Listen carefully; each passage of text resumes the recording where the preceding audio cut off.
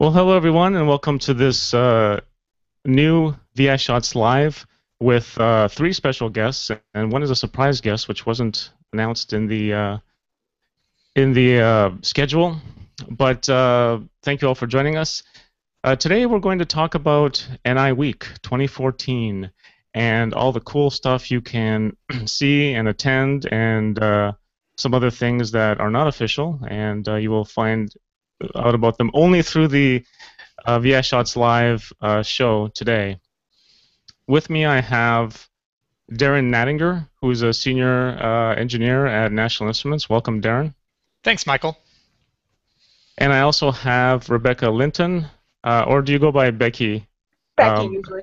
Oh, Becky, senior systems engineer with VI Engineering. This is where you say thank you. Thank you. And also I have Sam Christoph, also known as Sammy K online, and he has the LabViewHacker.com website, and he's also a staff systems engineer with National Instruments. Welcome, Sammy. Hey, it's great to be here.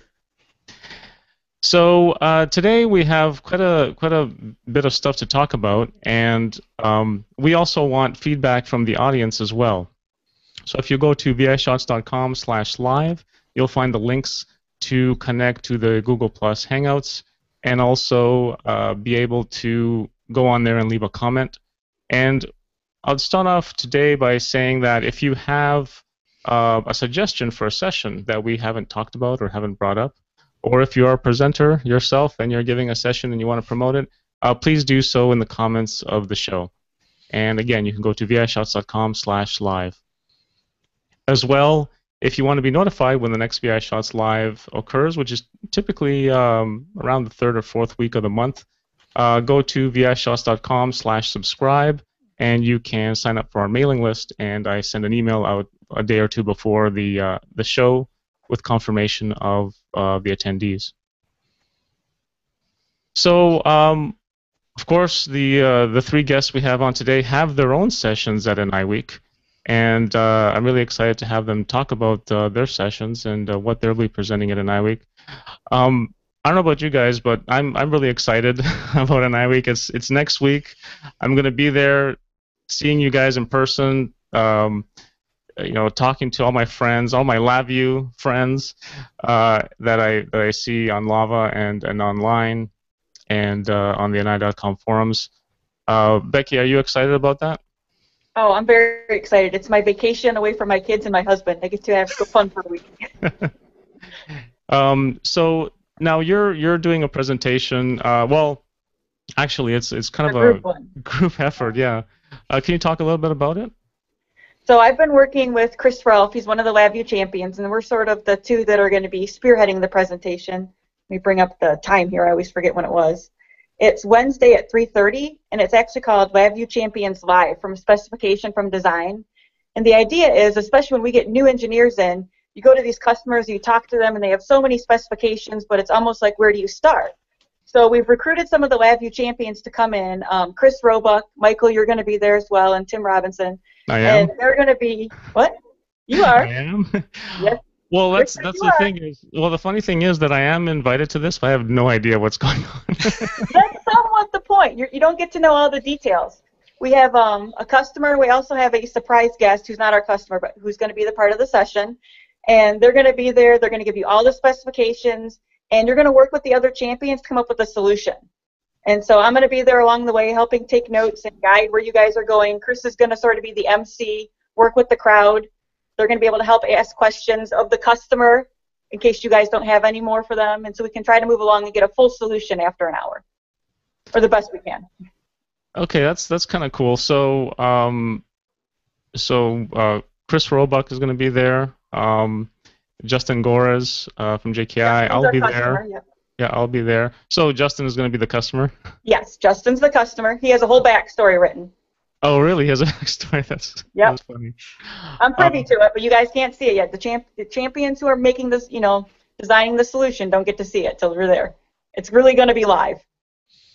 Okay. So Tim Robinson will also be there from Belkin Engineering Services. Okay.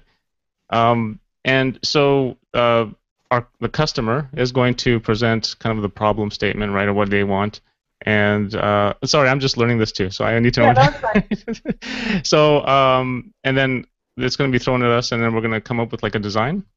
You're going to come up with the design. You're going to go through things. There might be a wrench thrown along the way. You know how things change as projects progress. So some things might come up as you guys come up with your solution that you'll have to deal with on the spot. Mm-hmm. And can we ask the customer questions, and how elaborate is it? Yes, you can ask questions. He's got a backstory. If not, he's going to try to make up some of the stuff, but we've tried to cover a lot of angles for things you guys might question. And then the audience can participate too if they have questions as well, of the customer or of you guys. Okay. Like, why did you go a certain route, for instance, or why did you pick that architecture for this whole solution, or why are you looking at that hardware platform, and so forth. Okay, so that seems exciting. And will there be like a whiteboard and some brainstorming materials there? Yep, that's what I'm in charge of. So apparently I have a really hard job, Chris said, because I'm going to have to take all the ideas you guys have and try to make them one seamless solution that looks nice that everyone can follow in the audience.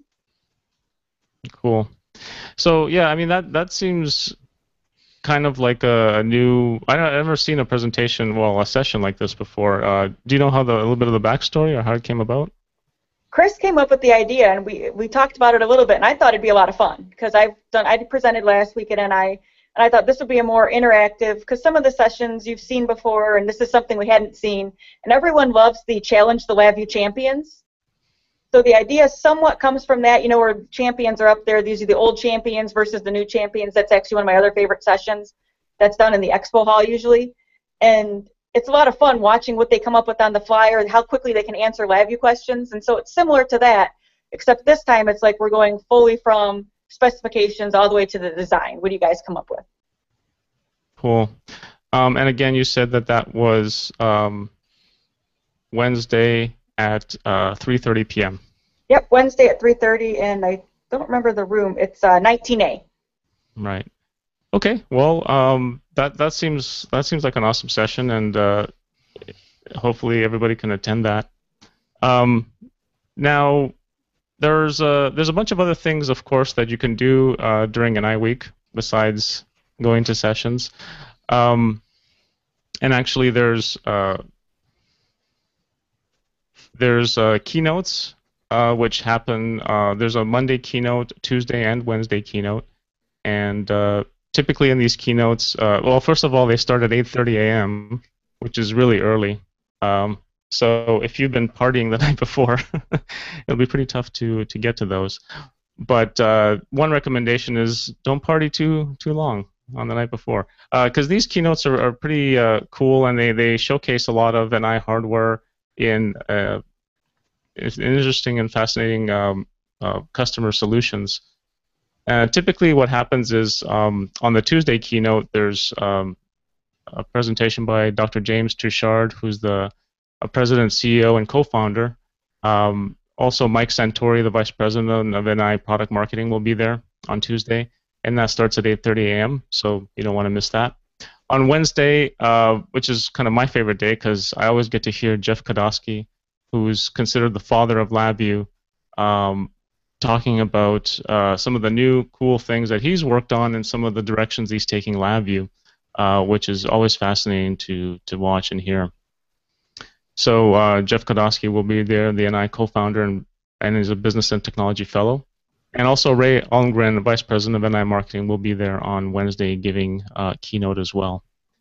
And on Thursday, which is the last day of the of NIWeek, is as Becky, you mentioned offline, it's kind of the education day. But basically what they talk about is how NI is, promoting engineering and science in K-12, K through 12. And also they talk about some of the grand challenges that are out there and how NI is trying to solve a lot of these problems, and how NI hardware and software, of course LabVIEW is always in there, is participating in that. So that's pretty cool as well. Now this year they haven't announced, like typically on Thursday they have a special keynote industry presentation, but so far they haven't announced it. I don't know if it's a surprise or if there's no presenter, but Darren is the only. Well, Darren and Sammy are the only people from NI here, but neither of them know either. So they're not any help. But yeah, so don't miss the keynotes, and that's definitely a must-see event at NIWeek. Is those 3 keynotes. So going back to the sessions, I'm going to pass it off to you, Darren. I know you've been doing a similar session every year, as to how to become a super fast and efficient LabVIEW programmer. Can you talk about your session that you're doing this year?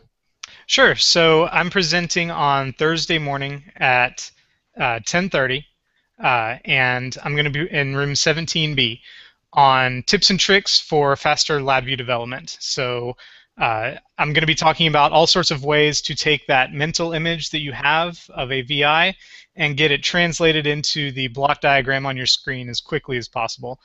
Quick drop may be mentioned 1 or 2 times. So is it? Can you tell us at least like one tip? Give us a sneak preview of one. So yeah, the content in this presentation changes a little bit every year, but the basic tenets have been the same since 2008, which is that Quick Drop provides the fastest way to get objects placed on your diagram and get things created on your diagram. I will be talking about a new LabVIEW 2014 feature that allows you to very quickly wire together several objects on the diagram in a single operation, as opposed to the tedious clicking that's required to wire objects together. So that's one cool new thing I'll be talking about. Yeah, I mean that's true. There is. Was this presented at the sneak peek post from NI.com? Can we talk about this or? Sure, why not? I mean, it's next week, so. So I think the feature that you're talking about is I don't want to get in trouble from NI for talking about this. On their website. It's going to be banned. Yeah. Oh, is it on their website? Okay. Yeah. Yeah, it's a new feature in Quick Drop. It's the Control W shortcut. Wire multiple objects together. So drop a string of nodes, highlight them all, Control Space, Control W, wires all of the error wires and whatever other pass-through wire, like a ref num or something, is on there. And there's some other cool things it does too, but that's the primary use case, is just getting that string of nodes wired together in a single operation. Mm-hmm. So did you have anything to do with that, or was that? I wrote that feature. Yes. Oh, you wrote that. Uh-huh. So was that written in LabVIEW? Yes, of course. It's part of Quick Drop. I own pretty much every single part of Quick Drop. So I don't know if that was a loaded question or not, but yes, I did write that. I did write that plugin. You own every single part of Quick Drop. Wow. I think so. That's amazing. So that's pretty cool because yeah. So Quick Drop kicks in there and launches a VI, right? And then it does all the work through scripting, right? I assume? That's right. Okay. Lots and lots of scripting. So how smart is that feature? Like, does it? I wanted it to be intelligent. I wanted it to make good decisions, and I can't claim that it's perfect because I'm sure there's little weird corner cases I didn't think of. But I tested it pretty well myself. I've been using it for the past year because I prototyped it prior, and I posted it online, and other people have been using the prototype. So again, I don't think it's perfect, but I think it's going to get us a pretty far away in getting our diagrams wired a lot more quickly. Okay.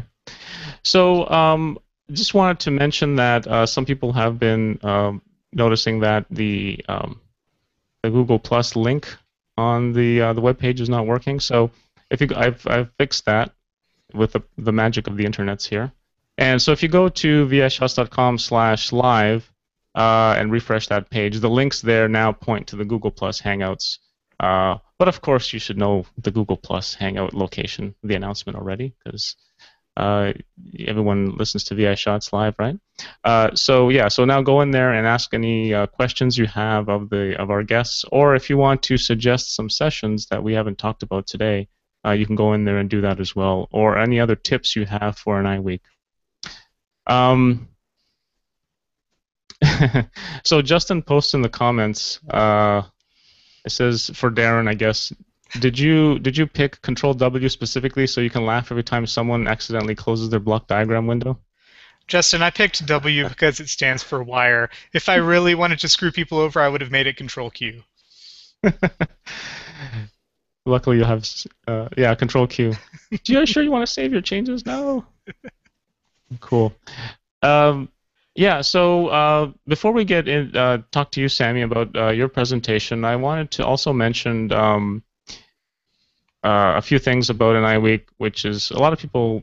Okay, so a lot. I mean, there's a lot of sessions there, and a lot of people go for learning and expanding their knowledge and improving themselves and their applications through the sessions.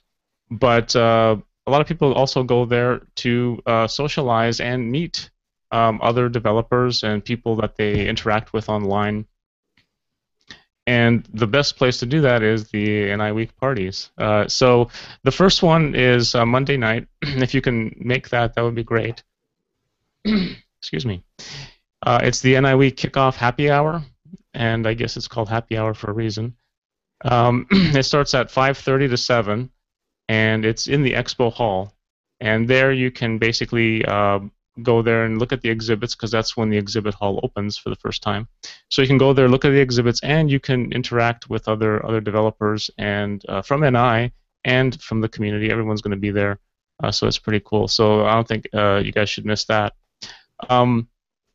There's also the block diagram party. I love the name of that. It just this is perfect naming. So the block diagram party on Tuesday night is also around the same time. It's between 5 and 7. And there, again, is actually more for meeting the NI engineers. I think that's kind of the main area or the main time when that happens. And also, typically during that time, they have some kind of events like Challenge the Champions, or they have coding challenges and things like that. And so that you shouldn't miss that. And finally, on Wednesday, there's the famous NIWeek conference party, which usually happens at some big location where there's music, a band, everyone kicks back. It's the winding down day of NIWeek. Thursday is half a day, and people kind of leave Thursday afternoon. So that's kind of the last full day of people being there. And typically there's buses and shuttles going from the convention center. So I mean, you could probably walk to this year's convention party. It's taking place at the Palmer Event Center, which is not too far away. But you could probably hop on a bus and get there as well, which is provided by NI throughout the day. And of course, if this partying and mingling is not enough, you can always hook up with somebody on your own and go to 6th Street, which is just a few blocks away, which is kind of the party central of Austin there, and go to other bars and fine establishments and have some fun there.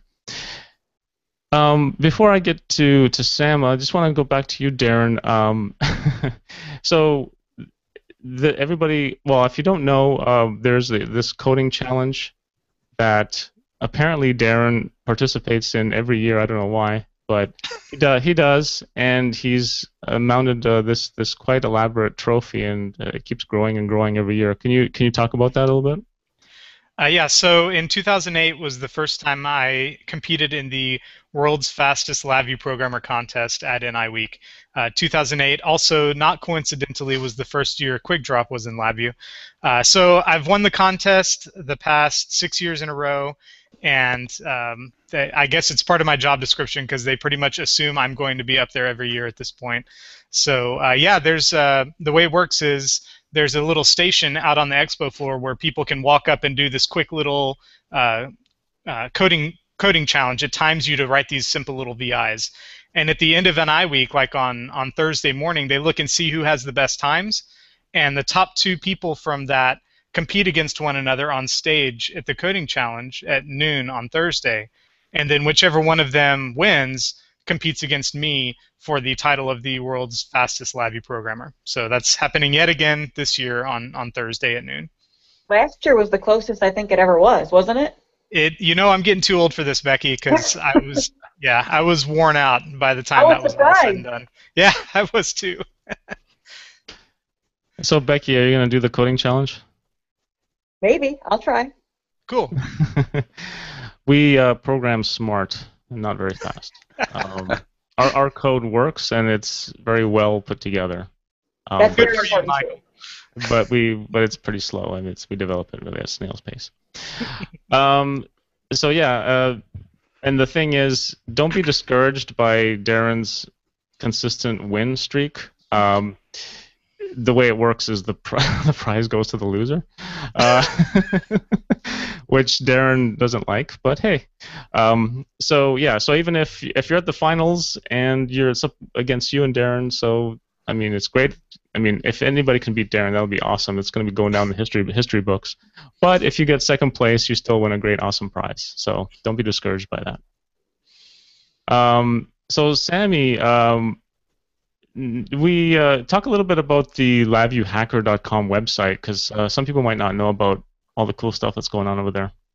Sure. So that's also kind of what I'm going to talk about as part of the session is kind of an overview of what LabViewHacker is and the website. But the website, about a year and a half ago, I totally rebuilt it from the ground up. The majority of the site is a wiki, and we have forums, and we have open source code and tutorials and all kinds of things posted there.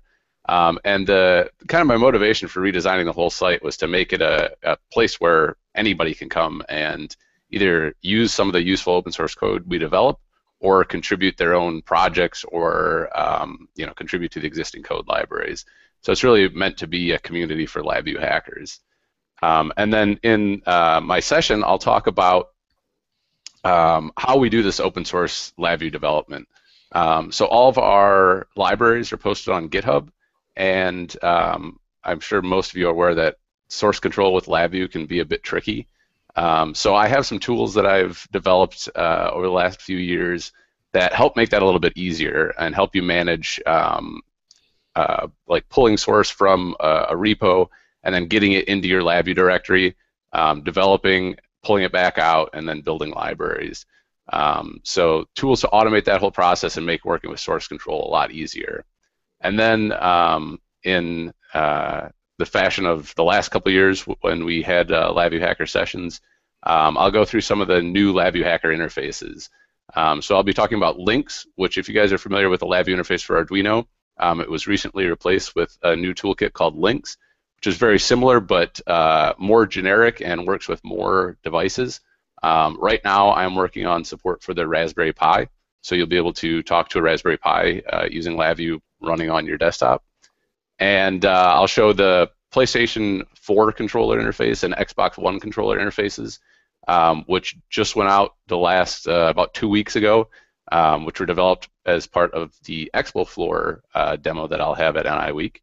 We also have a simple interface for Xbox Media Center, now called XBMC, which is a great home entertainment media hub. So just an easy way to control it, much like you would with a remote control, but from LabVIEW. And I'll also talk about a couple other awesome home automation interfaces. The Philips Hue light, which is an RGB light bulb, and the Nest thermostat. So that session is on Wednesday at 3:30. Unfortunately, it overlaps with Becky's session. I know, I want to go to yours. Yeah, so I guess our viewers will have to make a difficult choice.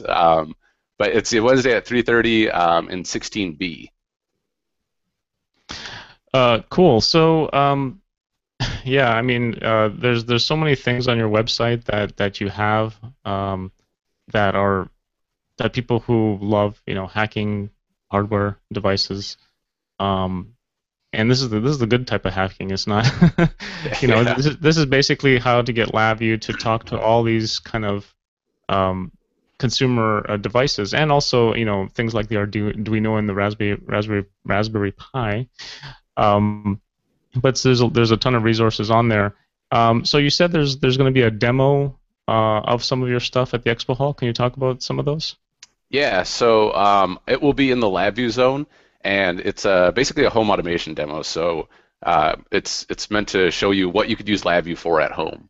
So the plan is to have a Surface Pro running LabVIEW, and then we'll use the Xbox controller, the PS4 controller, and the Leap Motion as kind of our user inputs, and show how you can control your TV running XBMC, your Nest thermostat, and your lights with the Hue lights. Okay, well that sounds pretty. Will you have any other hardware at the session? Because I know one time I went there and you had like the quadcopter and a bunch of stuff there. Will you have anything like that? Yeah, so the session, we'll go through demos of all the hardware that is used on the expo floor demo and then some additional stuff as well. So we'll kind of run through the LabVIEW API for it as well as kind of a little bit about how the technology works. Yeah, it'd be cool if someone would record that because, yeah, again, it's conflicts with the session I'm in. So. Yeah. But yeah, so it's definitely an awesome session, and I love the work you're doing with LabViewHacker.com. So congratulate you. Keep up the good work, and I know I've played with some of that stuff. Are you doing anything with MyRio? So actually, one of the reasons that I wanted to upgrade the LabVIEW interface for Arduino to now Lynx is that Lynx runs on MyRio. So you can, if you guys aren't familiar with LabVIEW interface for Arduino or Lynx, basically get VIs that'll run on your desktop, but then we'll talk to like a chip kit or an Arduino or other supported devices running some fixed firmware. And so basically you can drop like a digital write VI, for example, and that will send a packet over USB serial, or now we also support Ethernet and Wi-Fi to the Arduino and say, toggle this pin, and then it'll send values back to LabVIEW. So you're stuck with the Arduino and chip kit. You're stuck talking over serial or USB or Ethernet or Wi-Fi. But with MyRio, we can actually take the same code and deploy it to MyRio and run headlessly. And so one of the awesome use cases for this is I can sit at my desk at home and write some code using an Arduino to talk to a I2C temperature sensor and an accelerometer, and then I can move that code. When I get to work, grab MyRio, I can move that code just under the MyRio. I don't have to change anything else, and it'll just run and use the MyRio I/O. So that was one of the main motivations behind Lynx, was to improve that kind of abstraction layer. Yeah, that's pretty cool. Because then, yeah, you can run headless on this MyRio and then deploy it anywhere. Yep. Like, make a little spy cam or something, or whatever, monitor your house. And I like how, a lot of the hardware you talk to, I mean, some of it is low cost, and it'd be good for like kids or teenagers who want to get into the hacking with LabVIEW can actually grab that and see, especially when it's consumer devices, and showing how you can take something that's this canned thing and then you can modify and do some cool stuff with it. I think it's a great learning experience for kids and everyone alike. Yeah, and one of the things that kind of drove me to start developing these libraries was I would often work on projects at home, and some home automation project or what have you, and I would get bogged down in like, say I want to use the the Microsoft Kinect. You'd spend all your time figuring out just how the Kinect works, and then by the time you could actually integrate it into a larger project, I'd be on to the next thing. So by kind of making all these LabVIEW libraries, it makes it easy to, if you want to talk to your Nest thermostat, it's open, read, write, close. If you want to talk to the Hue lights, it's open, read, write, close. You want to talk to an Arduino, open, read, write, close. So it makes it really easy to kind of not get bogged down on all those subsystems and actually design a system.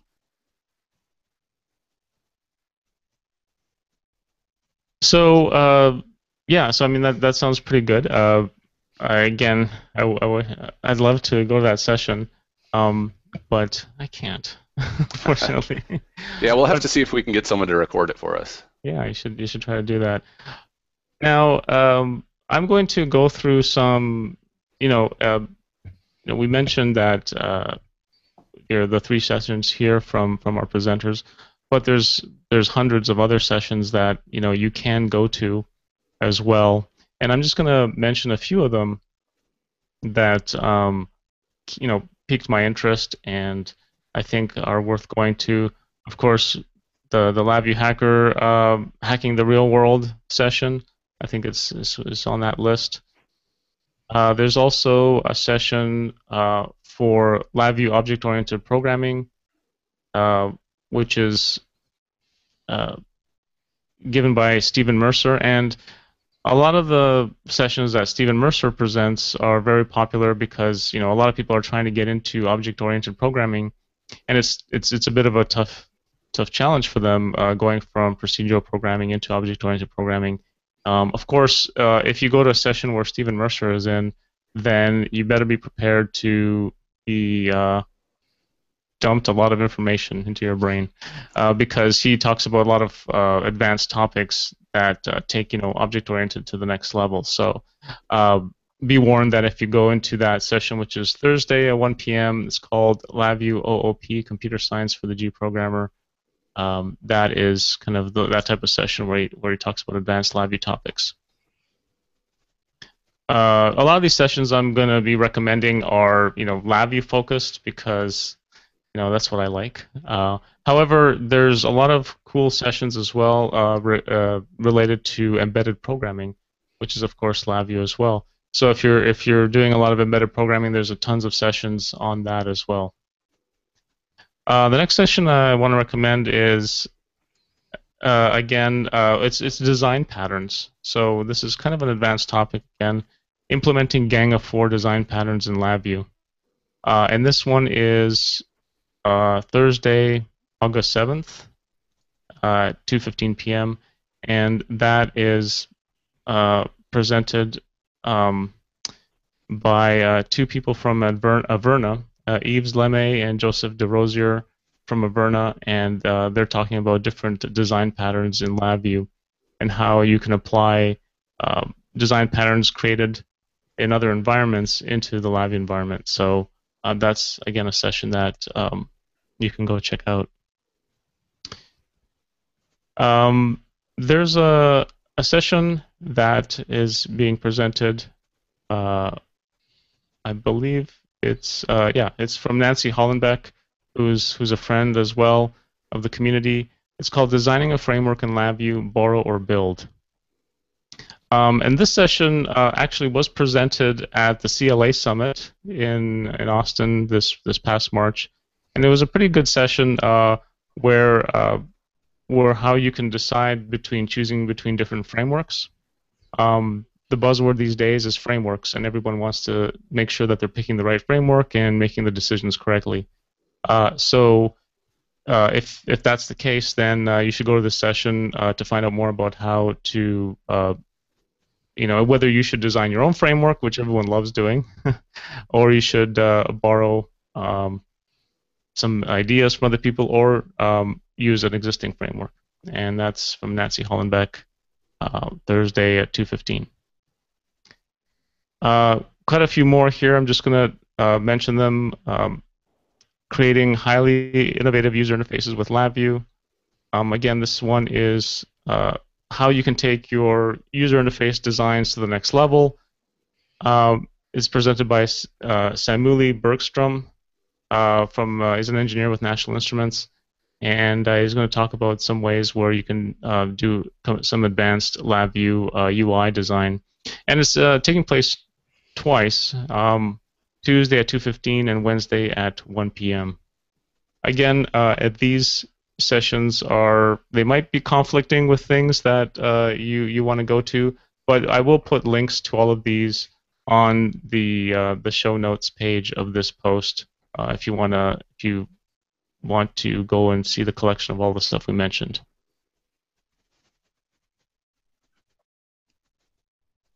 Another session which I would recommend as well, which is again with Nancy Hollenbeck, but also with Brian Powell, who has currently left NI, but is still doing sessions, which is strange.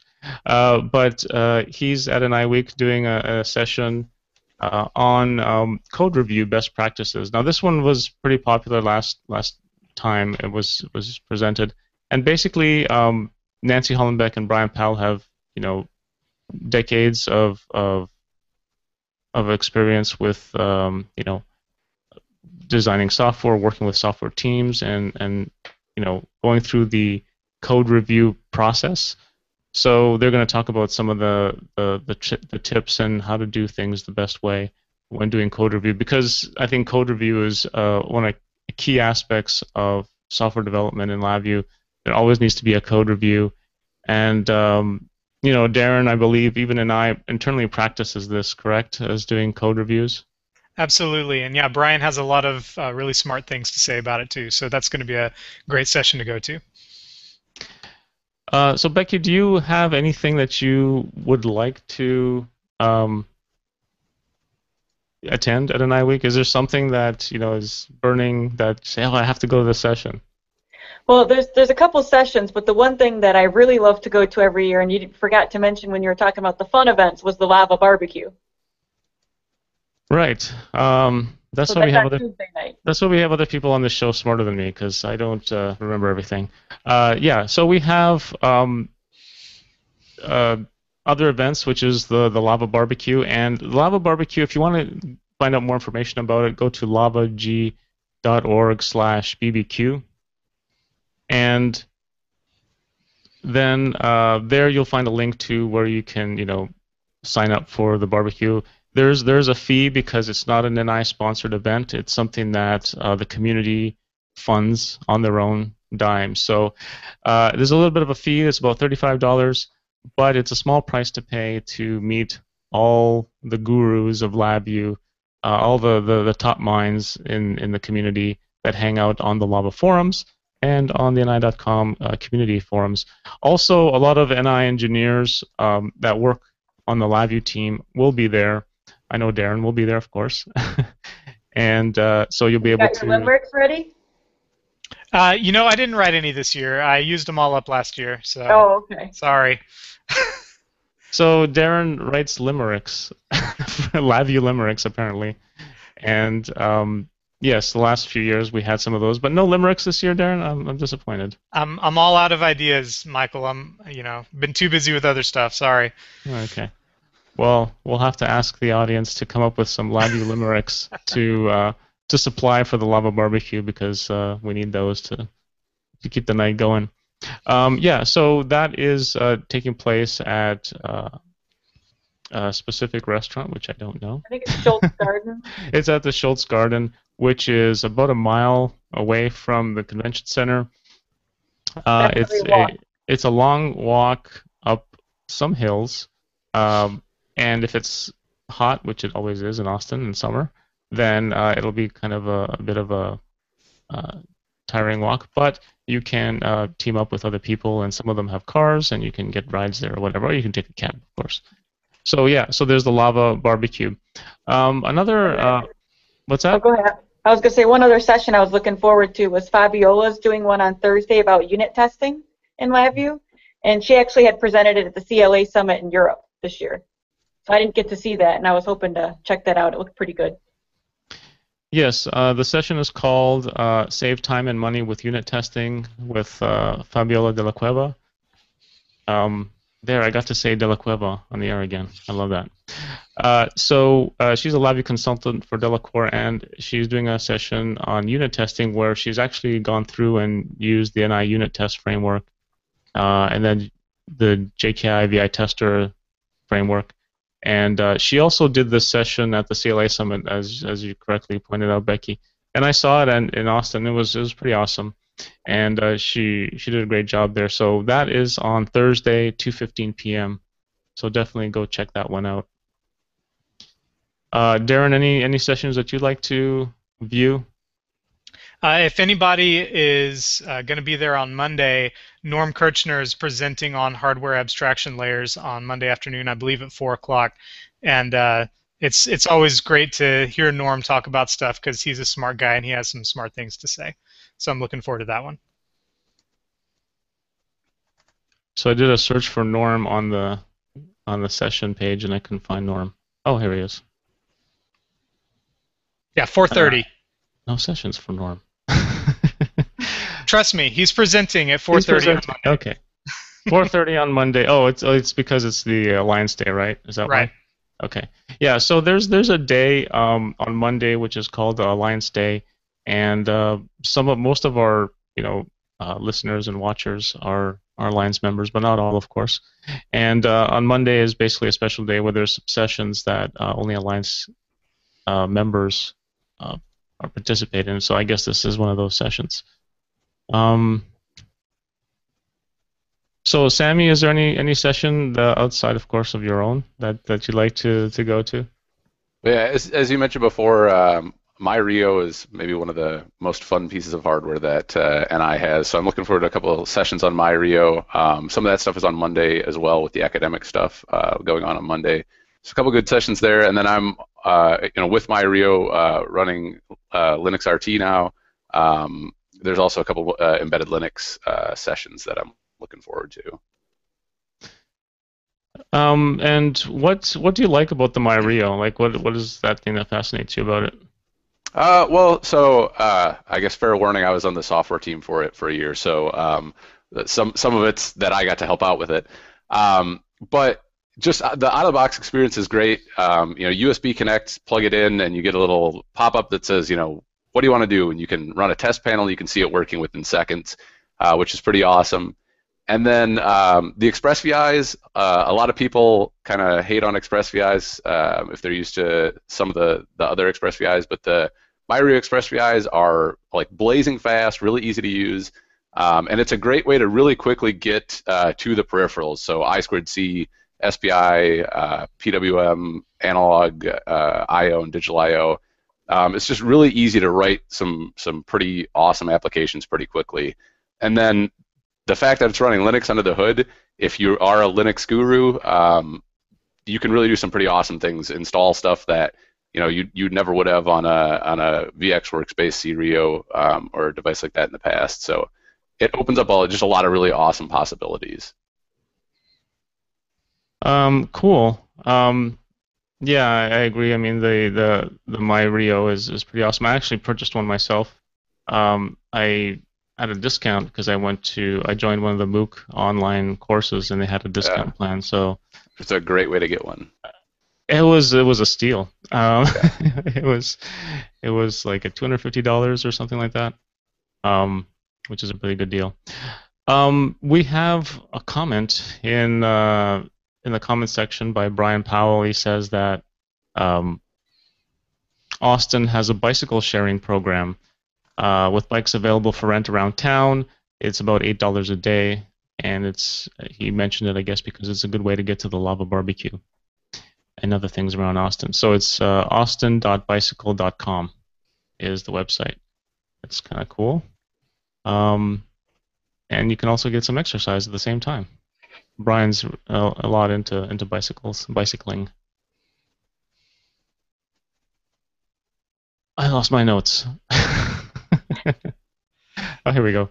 So we talked about some of the sessions, and of course, I mean, it's really hard to coordinate sessions because a lot of them conflict with each other. Is there a tip that you guys can give us to kind of how to judge? Like, what are the criteria that you guys use to pick sessions that you're going to attend?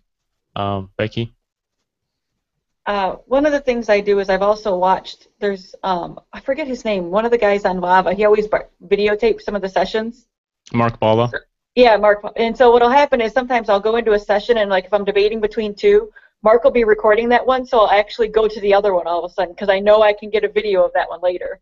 So I don't know if other people have done that in the past, but usually if you see Mark, he records every session he attends, and a lot of them might be ones you're interested in, and you can easily pick that video up from Lava. So it's like, okay, I don't have to sit through this one. Now I get to see two at the same time almost. Yeah, so I just mentioned that as well. The lavag.org site, one of the moderators and members of the site, Mark Balla, he goes around with a video camera, right, and videotapes a lot of the sessions, and he actually has a thread on Lava which he asks, what do you guys want me to record? And so he's taking requests now, I guess, from people to see what to do, because there's basically so many, I mean, and he uses his best judgment, so he's asking people to do that, and I'll post a link to that in the show notes so that you can go on that thread and find out what he's recording. So maybe Sam, he can record your session. You never know. Yeah, maybe. Darren, what do you determine? I mean, you're kind of in a different situation. You kind of work for an eye, and you've seen a lot of the material, perhaps, or not. Like, are you still interested in looking at different sessions? Definitely, yeah. That's obviously being able to talk to customers is a big reason for me to go to NIWeek. But I love going to the sessions just like you guys do. Some of them, you're right, I get to see beforehand just because they're presented by NI people, and so I can, watch a run through or something like that. But honestly, the presenters themselves, I know so many of you guys that present material at NIWeek, and seeing a name that I recognize, and as someone who presents really cool material, that's a lot of times the driving factor for me picking a particular session to go to. Yeah, you mentioned speaking with customers as a developer yourself. That's a very valuable thing for you to be at an iWeek, and we'd like to mention that as well. So, a lot of these sessions, yes, there's the material that's there, but what you'll notice, and this is, I guess, a tip, is that the people from NI that are involved in the material in that session, like let's say, for example, it's talking about MyRio, or it's talking about CRio, or whatever, or it's LabVIEW, whatnot. And you'll see at the back of the room, it's all the people standing at the back because they're not allowed to take seats. I guess there's been an order that says, if there's no more room, all the NI people have to stand up, or leave the room. I guess, I don't know. But they're all standing at the back, and they have a little notepad, and they're taking notes. It's because when they see a customer or someone in the audience mentioning an issue they had or something that they want to be improved, they're taking feedback on the product itself. And so it's usually people that are the developers of the tool a lot of the times, or developers of the hardware, the designers. So take advantage of that. If you see NI folks around there and you have an issue that you want addressed, or you want more information about something, or some in-depth tip as to how to do something better, go ahead and talk to them. Go up there and say hi. This is the problem I'm having, or this is what I need help on, and so on. So definitely take advantage of that. Would you agree, Darren? Absolutely, yeah. That's one of the main reasons all the NI people are there, is to see what customers are using NI products for, and see how we can help make those better. So one more thing I'd like to mention, because one of the goals with VI Shots, live and the podcast and all that, is trying to get people to get to the next level in their LabVIEW development and improve what they're doing, always improving. And one of the biggest things is certification, LabVIEW certification. So I want to make sure that those of you that are interested in certification or take advantage of that, and during an iWeek there is certification happening.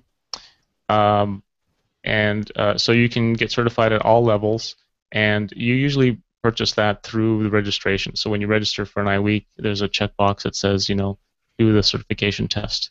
And it's a lot cheaper if you do it during an iWeek than if you do it somewhere else.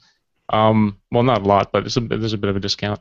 And also, there are sessions, I believe they're on Monday, where there are prep sessions. So there's like 2-hour prep sessions that are given by NI engineers that help you with the certification process. So you basically go to that prep session for 2 or 3 hours, you prepare on like the CLA or the CLD, and then you go write the test. So hopefully that will help us get more certified people out there, and increase the CLAs, hopefully. Yeah, so don't forget to take advantage of that if possible. Now, do you guys do any social media at NIWeek? Do you tweet? Do you post photos and things like that? How about you, Darren? Yeah, you know what? NIWeek is probably about the only time of the year when I use Twitter consistently. It's pretty hit or miss the rest of the year, but I do make sure to try to send out messages on Twitter about the cool things that I'm seeing, or the stuff that I'm planning on doing. Yeah. So exactly. I mean, a lot of a lot of engineers are not very social. Are not social butterflies. Let's put it that way. But when an iWeek comes around, they all come out of the woodwork. So yeah, I think basically you should go on Twitter during an iWeek, because you'll get a lot of information. And the hashtag is hashtag NIWeek, of course. So do a search on that hashtag, and you'll just see a list of stuff flowing through. And a lot of the times, what happens is, there'll be like impromptu meetups and things like that that people, get on with Twitter and get together. So that's kind of cool. Like after the show, after the sessions are over, evening time, people get together using the Twitters, to connect. So what I like doing as well is doing a lot of photos. So I do a lot of selfies. I admit I'm a selfie junkie. So when I'm at a NIWeek, I take a lot of selfies with people and tag them and all that stuff on Twitter. And I also use Vine. I don't know if any of you guys have used it, but basically it allows you to take short 6-second videos of different things at a NIWeek or anywhere, and then to post them on Twitter. And because they're small and short, and you don't have to worry about editing or going fancy. Becky, do you use Twitter during NIWeek?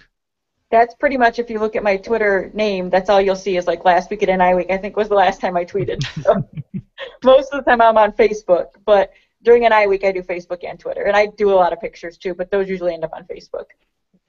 Yeah, Facebook is not is not kind of popular for things like conventions and stuff like that. No, it's a girl thing too. A lot more girls use Facebook, it seems like.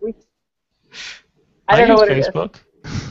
I know, no, but I'm just saying, like, of all the people I know, like even neighbors and this in general, it's a lot more. Like Chris Ralph, he's always on Facebook too. Well, that explains it. That explains everything. That's a jab at Chris Ralph. He's a good friend of ours. So there's Vine, and there's Instagram as well. Does short videos and photos, and you can, if you're on any of those platforms, you can just search for hashtag NIWeek on those platforms, and you'll be able to pull up some stuff. I'll be tweeting, I'll be vining from NIWeek as well, with photos and all kinds of stuff. So make sure you guys check that out. Now, I guess a few more things I'd like to mention. If you have time and you want to do some non-NIWeek things, actually this year I'll be bringing my son with me. I mentioned off the air that 2 years ago I brought my daughter. Now it's his turn. So I'm bringing him with me, and we're going to be trying to do some things on our own in Austin. So there's the people that they go all the time is they want to see the bats. So if there's the Congress Bridge, it's a short walk from the convention center, where at night bats come out from their nesting area underneath the Congress Bridge, and that's kind of one site that you can go and see. That happens every night, so you don't have to schedule that. And then there's 6th Street, where you can go on there and party and hang out. There's always something happening on 6th Street. One thing I'd like to mention as well, which I went to with my daughter, was the Alamo Draft House. And that was kind of fun because, you get to watch a movie and you get to eat at the same time, like in a restaurant-style environment. So that was kind of fun. And I looked at the schedule, and they have Guardians of the Galaxy. So there you go. During that week is playing if you want to go see that. Maybe on Monday night or Thursday night or some other night where there's not some cool NIWeek happenings going on. So just to go across with everyone, Becky, is there any final comments or things you want to mention about, or anything you want to? Oh, yeah, you said we were talking offline about clothing. What kind of how should you dress for an NIWeek? Oh yeah, so everyone makes fun of me typically, but I always pack a sweatshirt jacket. It's really cold in the convention center. You wouldn't think it. The first time I went years ago, I was freezing the entire time. I packed short sleeves only, and so I usually wear pants, a short sleeve shirt, and then you have to take the coat off, of course, as soon as you go outside because it's hot. But that's right. So there's the the unofficial dress code, which is bring a coat or a sweater, carry it on your arm when you go into the convention center, and then throw it away when you get out. But Darren has a dress code which he used to have from previous years. Now he stopped doing it, and you were coming in shorts, weren't you? I was known to show up at NIWeek in shorts from time to time. Yes, I don't do that anymore. Now you're more of a company man now, right? Exactly. So it's clamped down on that. And Sammy, any tips or things that you want to talk about for NIWeek? No, I'll be walking around in a LabVIEW Hacker T-shirt, so if you see me, go ahead and stop me and say hi. All right. One thing that we didn't mention, just to closing, is that there's of course the exhibition hall that everyone should definitely visit. You'll be there for the happy hour and the block diagram party and all that stuff. But there's a lot of exhibits, and now the way they've laid it out, I noticed on the map, the central area is all LabVIEW, and then it's like a big circle with spokes with different areas of cool stuff. One plug I'd like to give is for the LabVIEW Tools Network, which is kind of cool. This year they're doing something special for the LabVIEW Tools Network. They're showcasing a lot of individual apps, and then developers. So we'll have little booths with the actual developer of the toolkit from the LabVIEW Tools Network, so you can go there and talk to them and stuff like that. So that'll happen probably on Tuesday. Yeah, so there's different areas in the middle, which is like all the NI products and hardware and software, but also the rest of the expo hall is full of vendors and other third-party companies that are showcasing their stuff and how they've taken LabVIEW to the next level. NI hardware, how they're doing all these advanced, amazing things. So I'd like to close it off by thanking our guests. Well, thank you, Becky, for joining us today on the VI Shots Live. Thanks for having me. It's been a pleasure, and I hope to have you back in the future. Darren, you've been with us many times before, and I appreciate you coming back again today. No problem, Michael. Glad to be here. And Sam, thank you for joining us today. And I'd like to invite you again in the future to do like more of a one-on-one, maybe an audio podcast. I'd like to get a little deeper into some of the projects you're doing. So that'd be pretty cool. Yeah, sounds great. Okay, thanks. Okay, thanks a lot, guys.